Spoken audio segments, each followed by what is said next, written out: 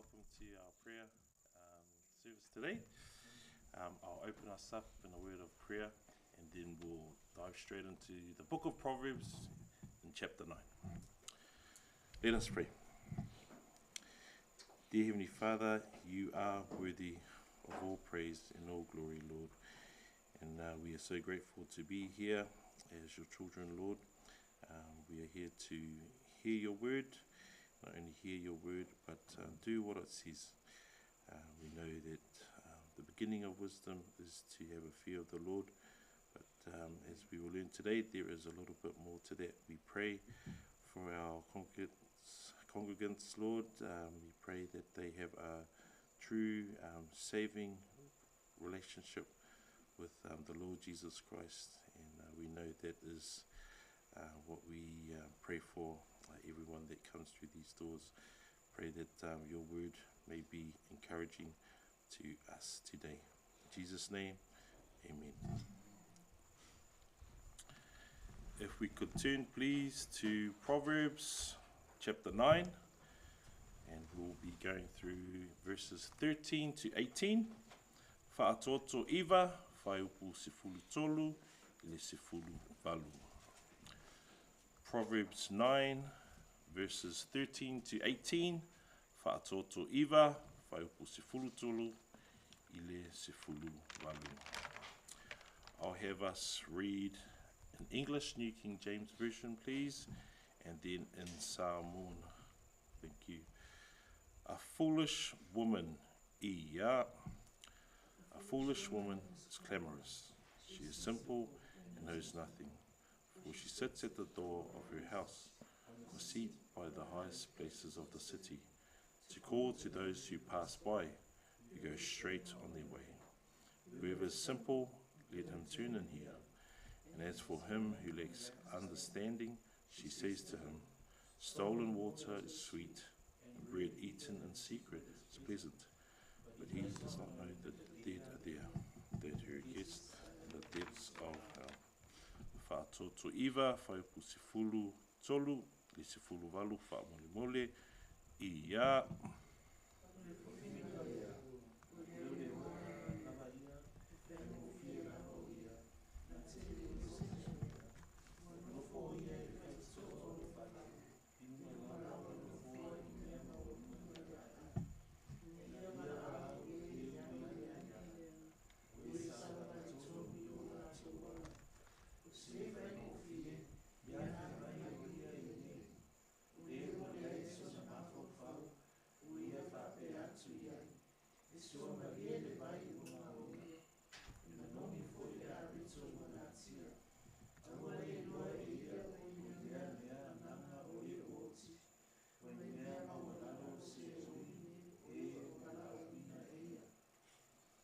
Praise the Lord for the reading of his word.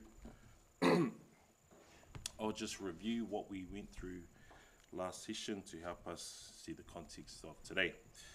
Previously, the focus was on Proverbs 9, verses 10 to 12.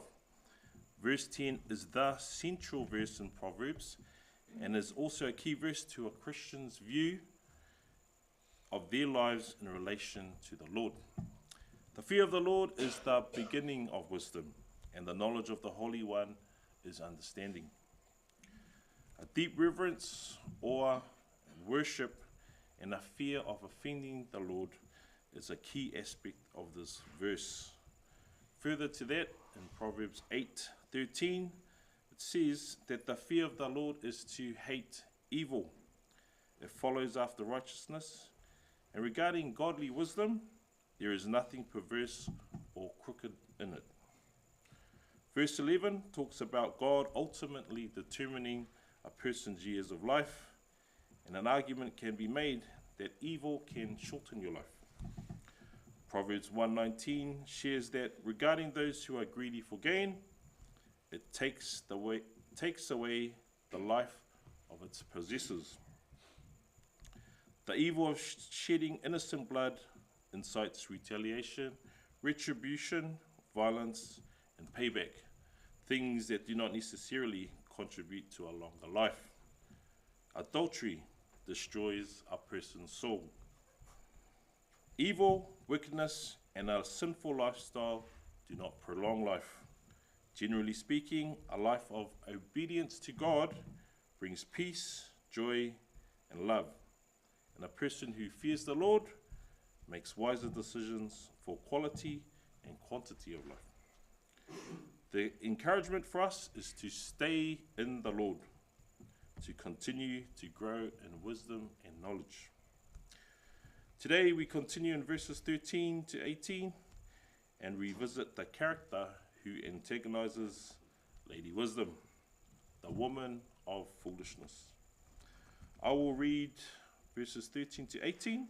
This is the Legacy Standard Bible, and then we'll have it verses 13 and 15 in Samoan, please. Here's what the Legacy Standard Bible says. The woman of foolishness is boisterous, a woman of simplicity, and does not know anything. She sits at the doorway of her house on a seat by the high places of the city to call to those who pass by that way, who are making their paths straight. In Samoan, please, verses 13 to 15. Ia.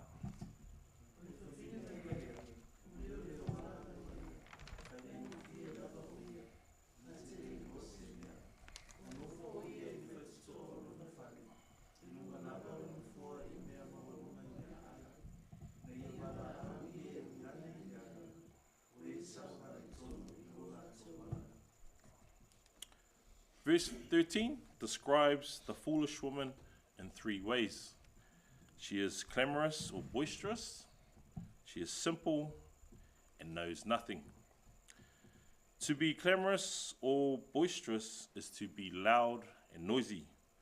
The implication is that she replaces meaningful conversation with loud utterances of noise that lack substance. Secondly, she is simple. Not simple in the way that someone is uninformed, but silly or absurd. Thirdly, she knows nothing. Wow, Solomon doesn't hold back. She has no true knowledge, but is perverted and loud. Proverbs 7:11 says, she is boisterous and rebellious. Her feet do not dwell at home.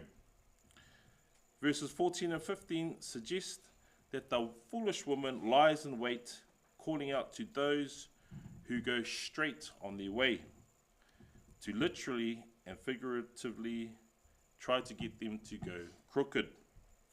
The woman of folly mirrors the woman of wisdom, but not exactly.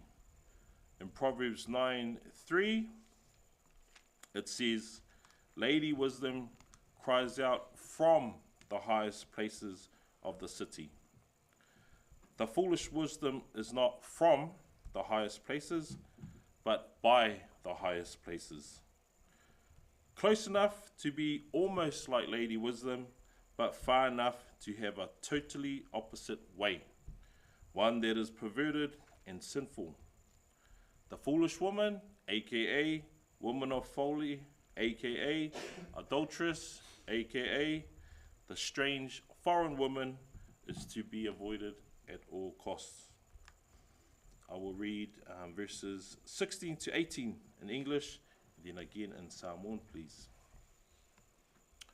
Whoever is simple, let him turn and hear. And to him who lacks a heart of wisdom, she says, stolen water is sweet, and bread eaten in secret is pleasant. But he does not know that the dead are there, that those she called are in the depths of Sheol. In Samoan, please, verses 16 to 18. Ia.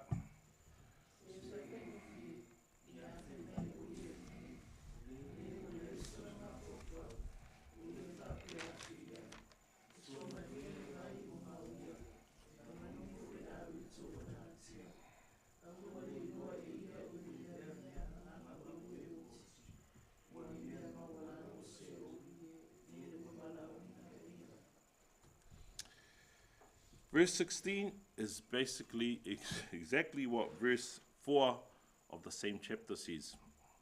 Verse 16 says, whoever is simple, let him turn and hear, and to him who lacks a heart of wisdom, she says. In verse 4 it says, whoever is simple, let him turn and hear, to him who lacks a heart of wisdom, she says. The difference is what they say. Two different people, wise, one foolish, saying the same words in that verse, but offering two totally different outcomes. Verse 17, stolen water being sweet and secretly eaten bread being pleasant are lies the foolish woman tells. Contrast this to the open feast, which Lady Wisdom dutifully prepares herself at the beginning of the chapter. Then we see the clear difference between wisdom and foolishness. Stealing is a sin, and things done in secret suggest a covering of suspicious or sinful activity. Wisdom has nothing to hide. Verse 18. It says, but he does not know that the dead are there, that those she called are in the depths of Sheol. This should shock the reader to see where the foolish, sinful way leads to. While promising pleasure and perhaps instant gratification, the ultimate end of the foolish one is death, hell, Sheol, or separation from God's design. The book of Proverbs offers two options for us to pursue. Either we choose wisdom and go the way of God, righteousness, and life, or we choose the opposite, which is foolishness, leading to the absence of God, unrighteousness, and death. Brothers and sisters, choose God, His wisdom, His righteousness, and the fullness of life. Now, I'm going to let us jump to another text. 1 Kings, chapter 11, verses 1 to 6. Mua tupu, se fulutasi, whaiupu mua ile ono. 1 Kings, chapter 11, verses 1 to 6. Mua tupu, se fulutasi, whaiupu mua ile ono. Now, I was intrigued by the character of Solomon, having written this book. It said that he wrote the book of Ecclesiastes, and we've been going through that book with our brother Nathaniel in his older years. Proverbs he wrote, and this is the guy who tells us to not go after the adulteress, to not pursue the immoral woman. And yet we find here in this text we're about to read that he didn't follow his own advice. Proverbs 4:23 says to guard your heart with all diligence. Now, let's read. We'll have it in English. Chapter 11 from 1 Kings 1 to 6. And I'll get our New King James Version readers to read, please, and then followed by our Samoan readers. I've got the title here, Solomon Turns from Yahweh. So English readers, please, starting in verse 1. Ia. King Solomon loved many foreign women, as well as the daughter of Pharaoh, women of the Moabites, Ammonites, Edomites, Sidonians, and Hittites, from the nations of whom the Lord had said to the children of Israel, you shall not intermarry with them, nor they with you. Surely they will turn away your heart after their gods. Solomon parted to these in love. He had 700 wives, princesses, and 300 concubines, and his wives turned away his heart. For it was so, when Solomon was old, that his wives turned his heart after other gods, and his heart was not loyal to the Lord his God, as was the heart of his father David. Solomon went after Ashtoreth, the goddess of the Sidonians, and after Milcom, the abomination of the Ammonites. Solomon did evil in the sight of the Lord, and did not fully follow the Lord, as did his father David. In Samoan, please, verses 1 to 6. 1 Kings 11. Ia.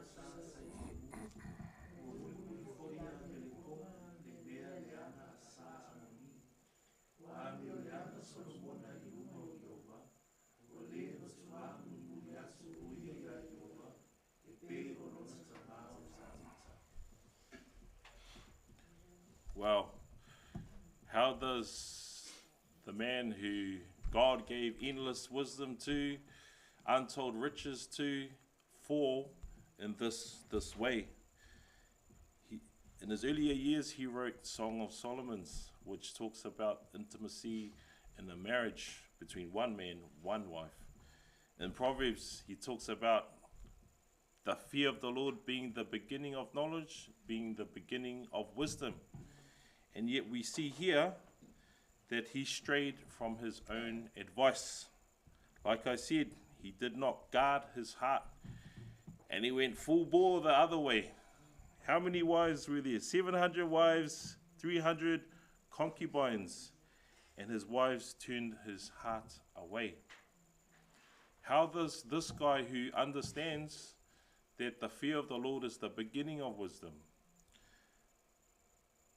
My encouragement to us is that we need to pursue the end of wisdom, right? It's good that we know the fear of the Lord is to have a reverence and awe, a worship of our Lord, but there needs to be more than that, because how does this king, the man who had everything, fall in such a very devastating way?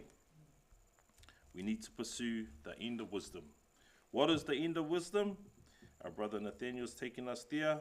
Please turn to Ecclesiastes 12, verse 13. Whae launga se fululua, whae upu se fulu tolu. Ecclesiastes 12, verse 13. Whae launga se fululua, whae upu se fulu tolu.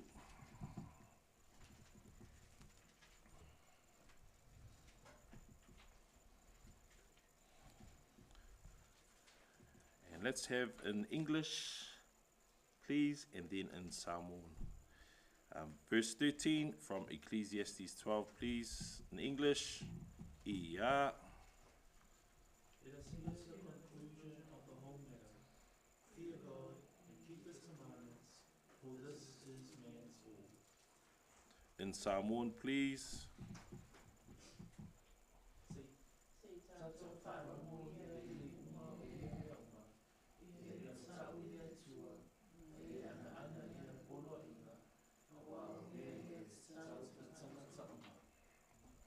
The end of the matter, all that has been heard, fear God and keep his commandments, because this is the end of the matter for all mankind. There needs to be action behind our beginning of wisdom. It is good to start there, but we need to action out our fear of the Lord by obeying his commandments. I remember Fred when he shared from Luke 2 about people coming to see the baby Jesus in the manger. All of them marveled. Mary pondered these things in her heart, and there were those who action glory and praise to God. It's not enough to just know things, right? We need to pursue action from our knowledge of these things. So we need to obey his commandments.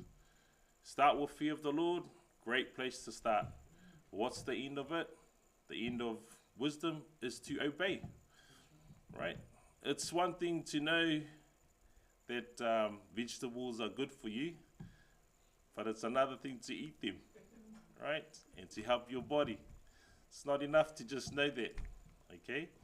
So we need to obey his commandments. Start with a fear of the Lord. That's the beginning of wisdom.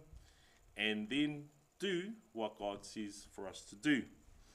John 14:15 quotes Jesus, "If you love me, you will keep my commandments." So there's an aspect of a fear of the Lord and then obeying his commandments. And why?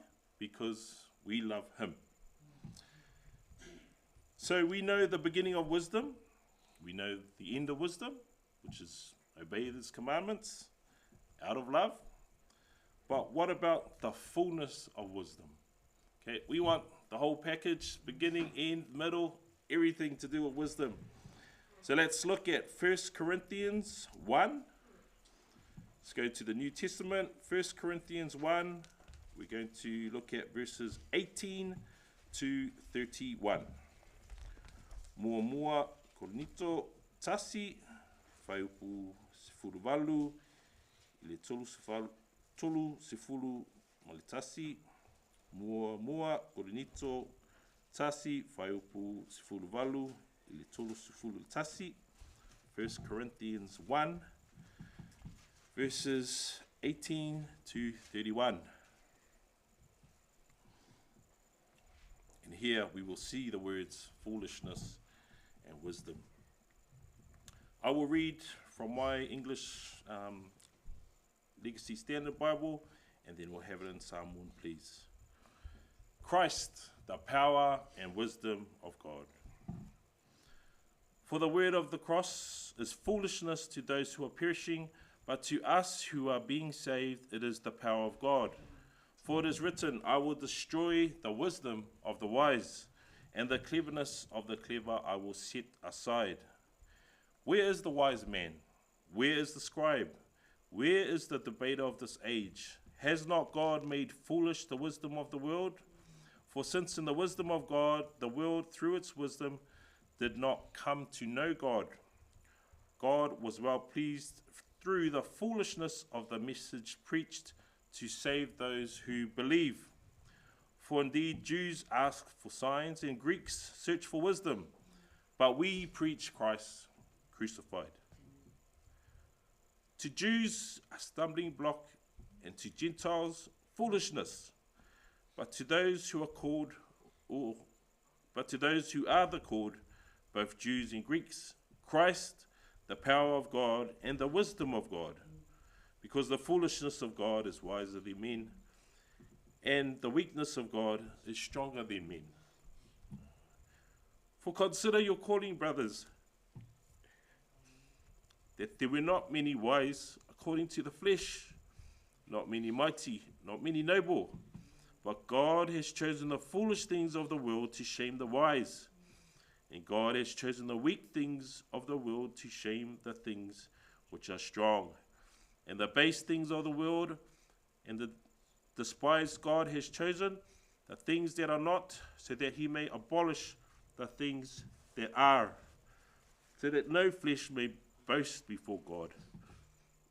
But by his doing, you are in Christ Jesus, who became to us wisdom from God, and righteousness and sanctification and redemption, so that just as it is written, let him who boasts boast in the Lord.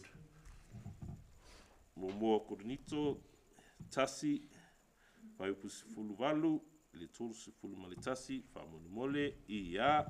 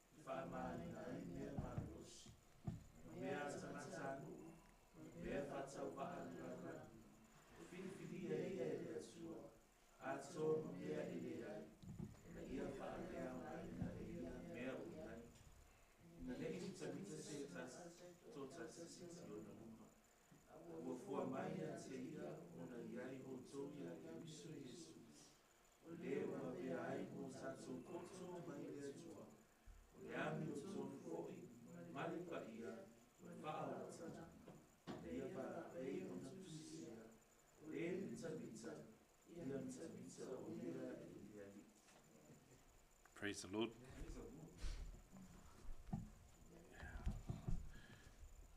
Perhaps we can't all relate to wisdom, but we can all relate to foolishness.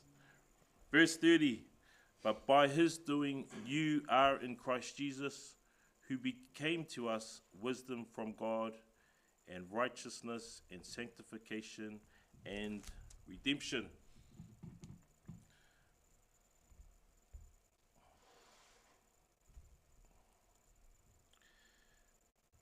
Our takeaways for today, going back to the passage we read, avoid the foolish woman, the adulteress, the woman of folly, and pursue wisdom. We know the beginning, which is fear of the Lord.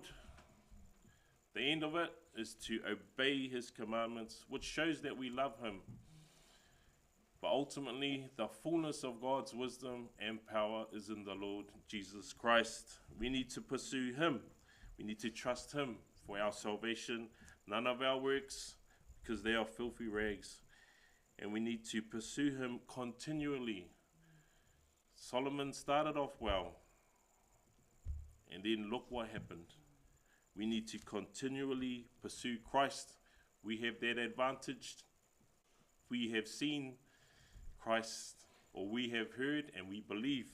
He lived perfectly. He died a gruesome death. And we live in the resurrection hope. He's alive. He is alive.